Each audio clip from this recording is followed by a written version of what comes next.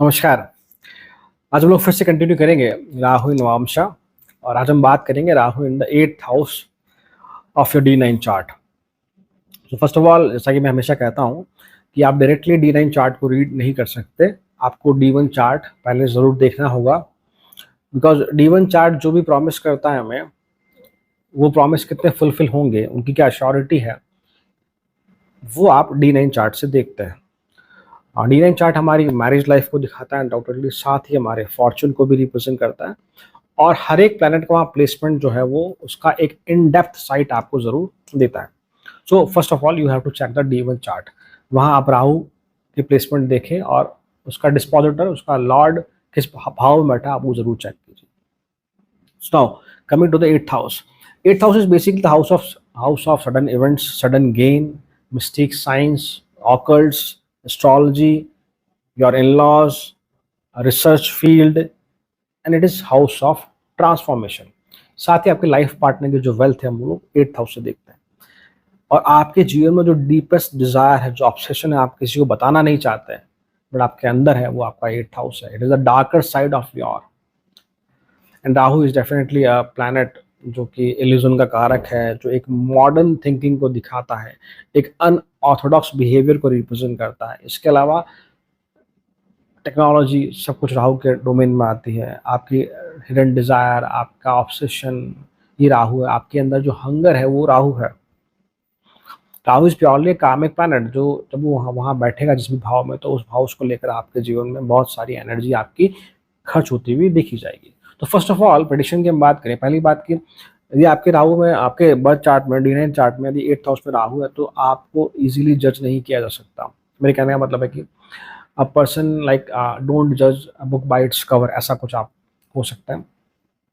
हो सकता है आप बाहर से बहुत शांत लगते हो, अंदर बहुत सारा भूचाल हो सकता है आप बाहर से बहुत एग्रेसिव हो बट अंदर से आप काम एंड सॉफ्ट, इस तरह के हो। डिपेंड करता है राहु किन राशियों में वहाँ बैठा है।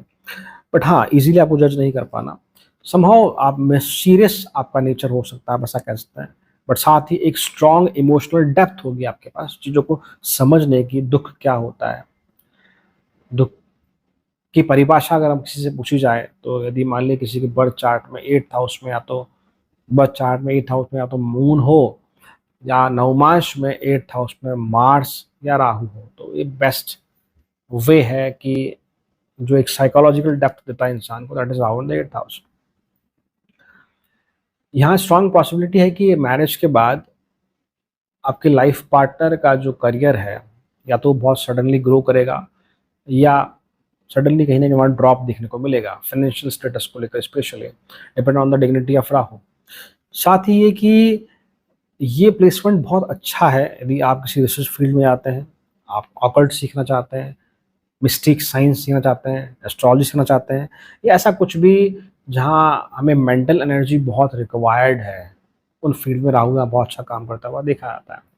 यहाँ एक ये साइड भी है कि you want to explore what is life, कि जीवन क्या है, हम यहाँ क्या करने आए हैं। बिकॉज हमारा जो स्पिरिचुअल एंगल है, जो डीपेस्ट स्पिरिचुअल एंगल है, वो आपका 8th house, not the 12th house. तो हम यहाँ क्या करने आए हैं, हमारे जीवन का पर्पस क्या है, आफ्टर डेथ क्या होता होगा, इस तरह का जो कहते हैं हम लोग कि आपका थॉट प्रोसेस हो सकता है। आप चीज़ों को जानना चाहते हैं, बियॉन्ड द बाउंड्रीज, आप ये कह सकते हैं। साथ ही यदि मान लीजिए आपका राहु अगर लग्न चार्ट में, D1 चार्ट में अगर वेल प्लेस्ड है, तो देयर इज स्ट्रॉन्ग पॉसिबिलिटी कि आपकी लाइफ में speculation, that is stock market, sudden gain होते हुए देखे आते हैं, लॉटरी के थ्रू आप पैसा जीतते हुए देखे आते हैं, या ऐसा कुछ कि जब आपने एक्सपेक्ट नहीं किया तब आपको किसी की हेल्प मिलती हुई देखी आती है, या जीवन में किसी की इंश्योरेंस का पैसा आपको मिलता हुआ देखा जाता है। फैमिली में किसी की डेथ हो गई तो आपको उनके थ्रू पैसा मिलता हुआ देखा जाता है। इसके अलावा आप ध्यान रखिए कि बेसिकली जो 8th हाउस है, वहाँ पर मार्स एंड केतु की एनर्जी बहुत स्ट्रांग है, बिकॉज कालपुरुषी कुंडली में 8th हाउस को मार्स रूल करता है। तो वहीं जो केतु है वो उसके को लॉर्ड है, और राहु यहाँ बैठा है। There lot of problems, lot of problem आते हैं in the life, there are lot of hidden trauma, emotional shift in the life.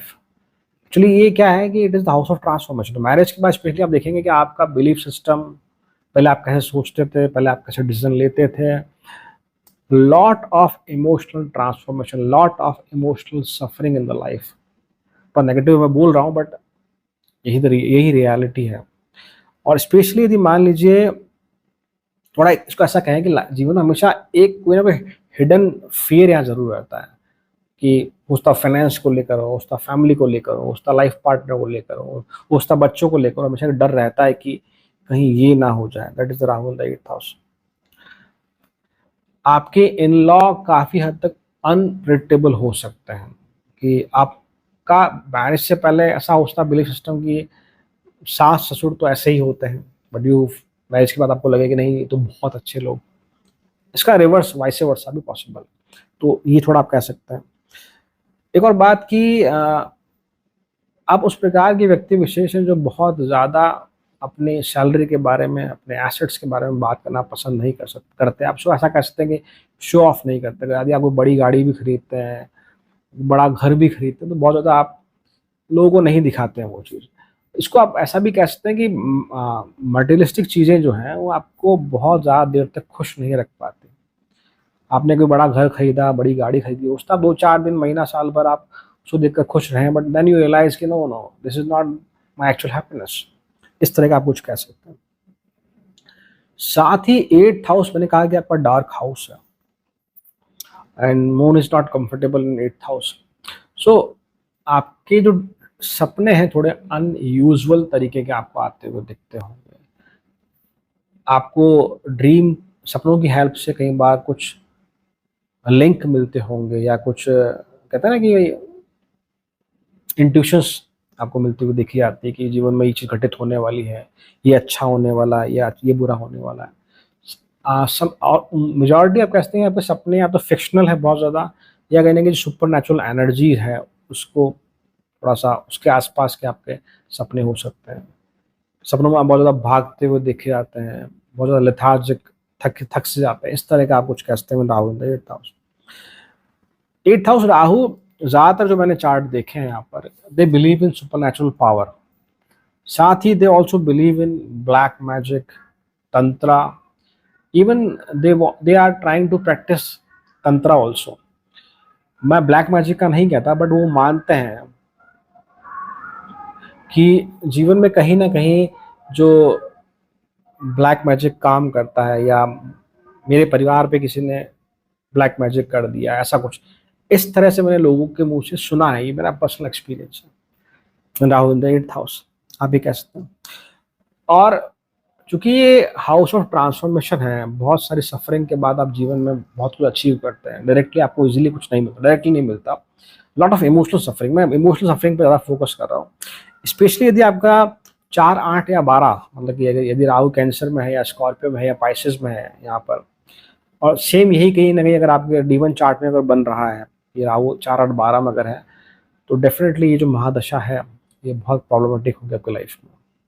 Problematic specially, मैं सिर्फ और सिर्फ बार बार मैं इमोशनल शिफ्ट पे बात कर रहा हूँ कि इमोशनली आपको बहुत ज़्यादा परेशान करेगी। मैं फाइनेंशियली ये बात नहीं कर रहा, होता आप फाइनेंशियली बहुत गेन करें, बट इमोशनली कहीं ना कहीं आपको दिक्कतें होती हुई दिखी जा सकती है।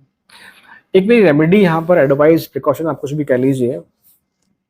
इवन जब राहु आपके D1 चार्ट में अगर 8th हाउस में, तब भी ध्यान रखें कि आप जो फेक बाबाज हैं, फेक गुरु हैं, उनके चक्करों में कभी ना पड़े जीवन में।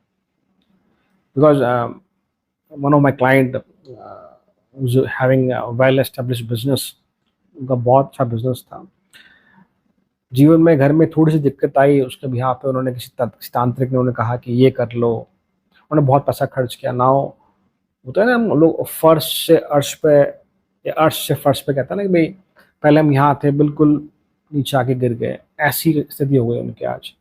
तो I strictly advise to all having Rahu in the 8th house, कभी भी किसी भी तरीके से आप बाबाओं के चंगुल में ना फंसे। और ठीक है, अगर मेडिटेशन आप कर पाते हैं, अगर मून आपका स्ट्रांग है बर्थ चार्ट पर, तो यू डू मेडिटेशन। अदरवाइज आप माँ दुर्गा चालीसा उसका डेली पाठ करें। It will give you emotional strength. So ये छोटा सा एनालिसिस था मेरा, Rahu is in the 8th house. यदि आपको ये वीडियो पसंद आया, kindly do like, share, subscribe. Thank you so much. Om Namah Shivaya.